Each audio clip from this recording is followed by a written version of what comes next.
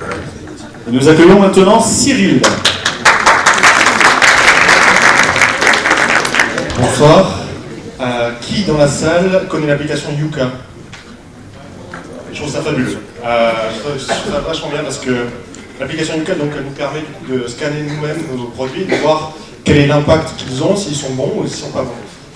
J'aimerais trouver du coup, j'ai pensé à une extension en fait, quelque chose qui se rapprocherait même d'une idée qu'on a déjà un peu entendue, mais j'aimerais qu'on pense aussi à ce qu'on fait quand on achète des fruits ou des légumes. Ça a un impact. Quand on achète un produit qui arrive localement, ou quand on achète un produit comme une mangue qui arrive d'Amérique du Sud, ça n'a pas le même impact.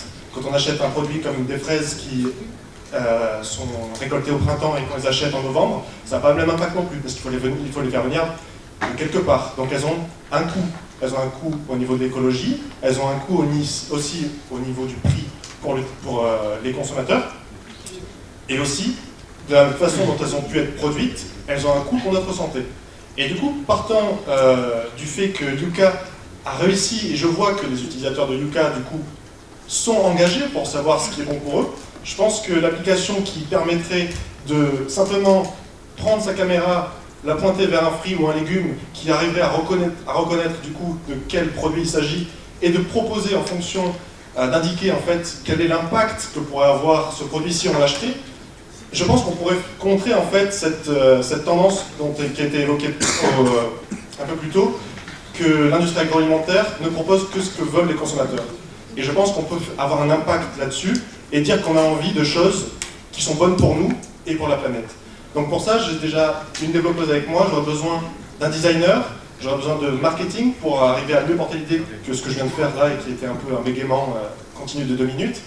Et j'aurais aussi besoin de toute personne qui serait motivée, entre développeurs. Nous sommes déjà 2 développeurs, marketing, designer, à vous. Merci.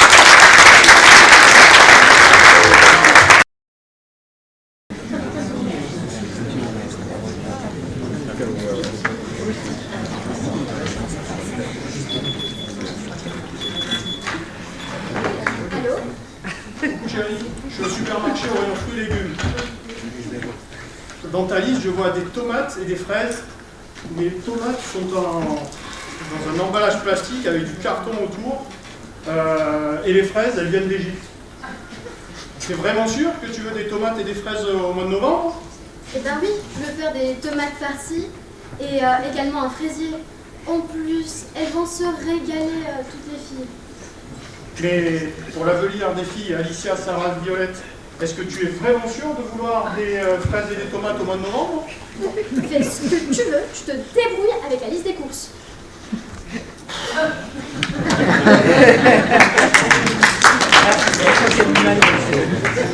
Je viens de télécharger l'application Associative Fruits et je vais voir si elle peut m'aider à trouver autre chose que ces tomates et ces fraises. Ah, tout d'abord, on va essayer de voir si on trouve quelque chose de saison et qui vient du coin. Ah, super! Fruits me propose une courge qui vient de Phébus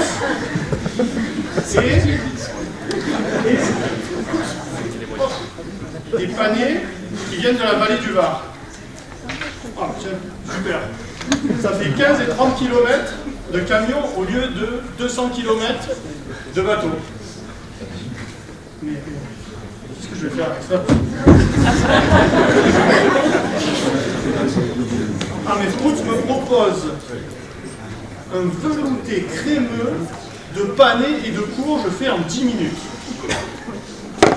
C'est bon, j'ai ce qu'il me faut, je rentre à la maison.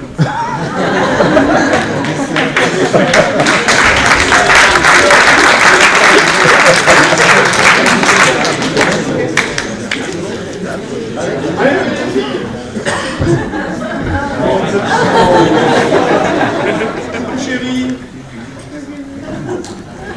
regardez, à la place des tomates, plastifiées et cartonnées, on va pouvoir manger.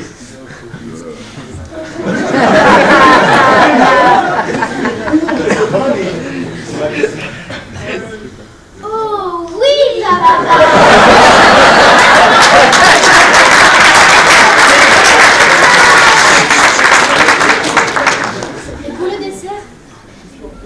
m'a proposé une amandine avec des poires des Alpes.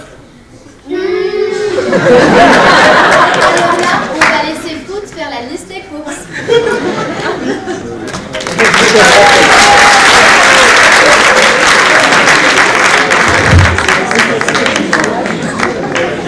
Bonjour à toutes et à tous, nous sommes F-Foods, 6 personnes, dont un absent. Réunis autour d'une même conviction, nous pouvons agir sur ce qu'il y a dans notre assiette et aussi sur ce qu'il y a dans les rayons fruits et légumes. Et c'est bien ça le but de notre application. Donc comment ça se passe techniquement?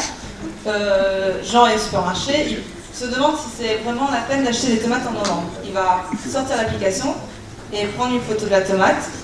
Et du coup on va envoyer la photo encodée à nos locales.